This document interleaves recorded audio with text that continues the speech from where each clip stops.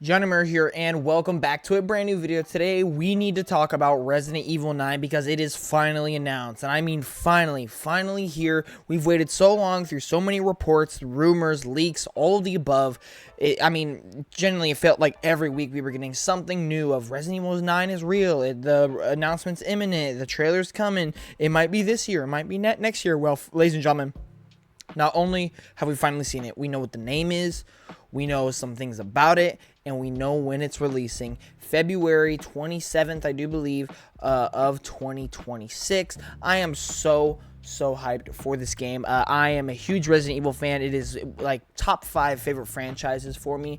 Survival horror is like debatably my favorite genre right now. Like, generally, I just absolutely love Resident Evil, and I just knew as soon as Resident Evil 9 was announced, it would be one of my most anticipated games easily. And well, shocker to absolutely nobody, it was announced, and bro, this is one of my most anticipated games easily. I mean, number one, the trailer was awesome. Second off, everything we've been hearing sounds awesome. And number 3, I've just been enjoying the vibe of reading everyone's reactions, theories, impressions, reactions to the trailer. It's just been an absolute blast. So I can't wait to talk about it, and that's what we're here to do right now. But if you guys love video games, doesn't matter what you love, Xbox, PlayStation, Nintendo, third-party, PC, VR, indie, whatever it may be, consider subscribing and share with your friends. We talk about video games daily, and I am just so excited for all the things that we got announced last week. And there's just so much to talk about, so much to do. And with that being said, let's go ahead. Let's jump right in to talking about Resident Evil 9, or other words, Resident Evil Requiem. Thank you all so much for support, especially support in this video. Let's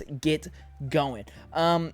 First off, I love the name. I absolutely love the name. Resident Evil Requiem. I mean, that name just goes hard. And I love how they kind of, because, you know, in the past 2 titles, they've fit in the Roman numeral into the name.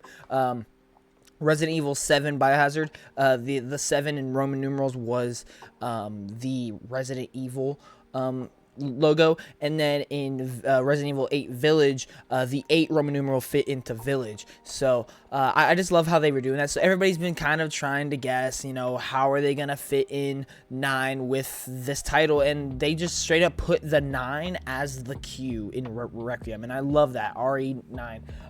And I just love the name Requiem because I think Requiem is just a cool word, just generally in like the dictionary and everything. Like, it's just a cool sounding word, but also I just love what they're going for in terms of vibes and in terms of the feeling of this game, because it really does feel like a apocalyptic horror just return to something, and that's kind of exactly what this game is feeling like, and from everything we've heard, that's what it's sounding like. And we're going to be talking about a bunch of hands-on impressions, previews, things that we talked about, as well as just breaking down the trailer as well. So we're going to be talking about a lot of things because there's so much to talk about and so much that I want to talk about when it comes to this game, because I am just so excited. So let's go ahead and let's just start with the trailer. First off, I love the trailer. I think the trailer was so just interesting in how it kind of built up, and then like obviously we got to see the location of Raccoon City in all of its kind of burnt down, destroyed form, and I think that's really cool. Number one, the fact that we're returning to Raccoon City, heck yeah, that's like perfect. Like, I wouldn't want anything else, to be honest with you. But then B, we also got Grace. We got to see the new main character, Grace, and this is the daughter of a character, I believe it's like I forget what her first name is, but it's Ashcroft is the last name, but she was the main character in Resident Evil Outbreak, which is a game a long time ago. I do believe it was like a multiplayer game, to be honest with you. So, you know, it's just really cool to see that we're getting a new character. The rumor and reports were that Leon is the main character, and I do think that is going to still be the case. I just they didn't show it in this trailer, and I like that. I like keeping it a secret, keep that anticipation building. I would honestly love it if they don't even show Leon, but like in any of the trailers. I hope the game just releases and then we get to actually play it, and then like over half of it's like Leon. That would just be so awesome. Like, it's just a complete surprise for everybody. But yeah, the trailer is really cool because it starts out in this like very real world, like CIA, FBI agency building, and you know, we get to meet our main character Grace. She's just doing desk work, and she gets called to I'm assuming like a chief's officer's office, and they start talking about the mission and how she needs to go to this place where her mother was killed. I do believe it's like a hotel or something like that. Very Silent Hill-esque, by the way. And we start getting these flashes of like just these things that look scary, weird rooms, and then we get to actually see a little bit more of the game. We see this guy sitting in a chair with the classic like record player with like just a record player on the desk, and then we see these scenes of Raccoon City, all destroyed, which a city we haven't seen in a long time in a mainline Resident Evil game, and it's just so cool to finally be back. Like I haven't played 5, 8, or 6, so I don't know if we'd go to Raccoon City in those, to be honest. I feel like we probably do, but I don't know. But we haven't seen it really since 2 and 3, from what I know. So it's just so awesome to be back there, and just see it so differently now, you know, because I mean, there's so many locations that are iconic, and you see it and you're like, man, I remember going there, going through there with Leon and with Jill, and now you're just seeing it all burnt down and destroyed. It's just it is kind of nostalgia, but it's kind of like uncomfortable feeling because it is so destroyed and it looks so different now. That it's kind of unsettling, but it's so exciting at the same time. Like, they really just did a great job with this trailer. And then obviously the moment where I mean, a lot of people were able to guess it was Resident Evil 9 before the RPD text showed up, but if you didn't clue it in, then the moment the RPD sign in front of the building showed up, that's the moment everybody knew for sure this was Resident Evil 9. And yeah, it was just a really well built up trailer. It was just a really well built up trailer, especially if you were watching it live during Summer Games Fest 2025, which is where it was announced. They kind of trolled everybody. They brought the creator and director or whatever of the game up, and he was like, we are working on the next mainline entry, and stay tuned because you may see the trailer sooner than you might think. Just give us more time. And well, 20 minutes later, we saw the trailer, and it was awesome. This was definitely one of my favorite games of the whole like Summer Games Fest season, Key 3, whatever you want to call it. This was just so fun, so exciting, because number one, it's left us theorizing. Number two, it's left everybody just not excited for a new Resident Evil. Number three, it's left everybody talking about like what do they think. Like, we've gotten hands-on previews, impressions, stuff like that. So it's just been really fun to see just the reaction to this game being announced. And yeah, so we're actually going to talk about some hands-on impressions and previews. I'm going to kind of give you my thoughts on it and kind of explain what I think it is or what it might tell for the game. So let's just go ahead and jump on to some hands-on impressions. And I'm reading off bullet points here. And the first one is, you can freely switch between first and third person camera from the options menu. Now, this is a big thing. I mean, this is debatably the biggest thing we wanted to know going into this game is it first person? Is it third person? There is a huge split in the community, but also a huge joint opinion within the community, where there are people who very much prefer the third person or the first person. Like, there is a strong community who loves the first person, and then there's a strong community who loves the third person. I personally prefer third person, but I also really enjoy the first person, and that's where the kind of jointness of the community comes in, is no matter which one you prefer, everyone still thinks the other way is still great, like no matter which way you prefer. And so we've been debating, is it going to be first person? Is it going to be third person? And I think it depends. With Resident Evil, I think it depends on what character you're going to be playing, and also where it's going to be located and what you're going to be doing in the game. I think first person works so well for 7 and 8 that I honestly don't know if third person it is the call for there. I think they killed it. But then something like 2 and 3, playing that in first person just seems really weird. So I love this. The fact that we're going to be able to switch between first and third person is, number one, perfect for audiences. But number two, I think it's going to be perfect for this game. And number three, I think it's perfect for Resident Evil as a franchise. Number one, it's going to innovate. In a way, not like, okay, we've had third person, we've had first person, but what happens when you combine it? And I think the innovation comes from less of, oh, let's add in a gameplay mechanic, more or less innovation in terms of the player's experience with this game, right? This isn't a thing of, oh, we're giving the players more options. Which one do you prefer? No. This is more of, let's give players a completely new way to immerse themselves into the game the way they want to, right? If we're in a dark hallway scene, you might be like, you know what? This scene would be really, really cool in first person. Let me switch to that really quickly and really easily as well. And that might be a better way to play that specific scene in first person, because first person is more immersive. It is more immersive, and it's kind of more scary in a certain way. But when you're doing some action scenes, maybe outside in the city, you might be like, all right, third person is gonna be much better because I'm gonna be able to see some more things, and the combat's gonna feel a lot better, right? So not just, oh yeah, we're giving, accessibility options. We're giving them ways to immerse themselves. We're not gonna force something upon you. We're not gonna force you to be in first person. We're not gonna force you to be in third person. You do what you feel would be best in this scenario. It works so well for a horror game. It works so well for Resident Evil as a franchise and what it's trying to be. And I think this game is just gonna be so awesome knowing that and having that option. And I can't wait to try it out for myself. And I've heard that it's not like third person like Resident Evil 8, where it's kind of just they shoved the camera on our back. No, they made the whole game built around third person, but then they also made the whole game built around first person. So it feels like Resident Evil 4 third person, and it feels like Resident Evil 8 first person. And that's awesome to me. That's awesome to me that neither of the options are kind of like cheaply or hurried up done, right? Just for as an option. It's actually a feature in the game. Like, it is actually a aspect and implementation within the game itself. So that's awesome. They do say a familiar character also returns. Unknown if you can play other characters. Now, there is a thing going around that there is a second main protagonist in this game, and spoiler, it's gonna be Leon. I mean, there's no way Leon's not in this game. We're returning to Raccoon City for the first time in forever, and the most recognizable character that came from Raccoon City is Leon.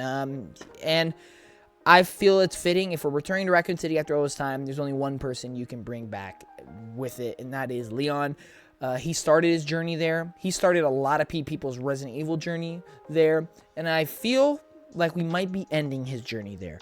If Leon is in the game, I do think he should die. Not because I want him to die or because I hate him or they just need to move on. I just think that will be such an emotional and well-deserved moment for that character arc that I just want to see it. I want to see it so bad. I hope they can execute on that, but we'll have to see. Again, it's not even confirmed that Leon is it, but I'm so confident it is. So yeah, the gameplay demo begins in Remnant Hotel in Raccoon City with Grace upside down on an examination table. So we did kind of see this in the trailer where she's stuck on this like examination table. She's screaming for help.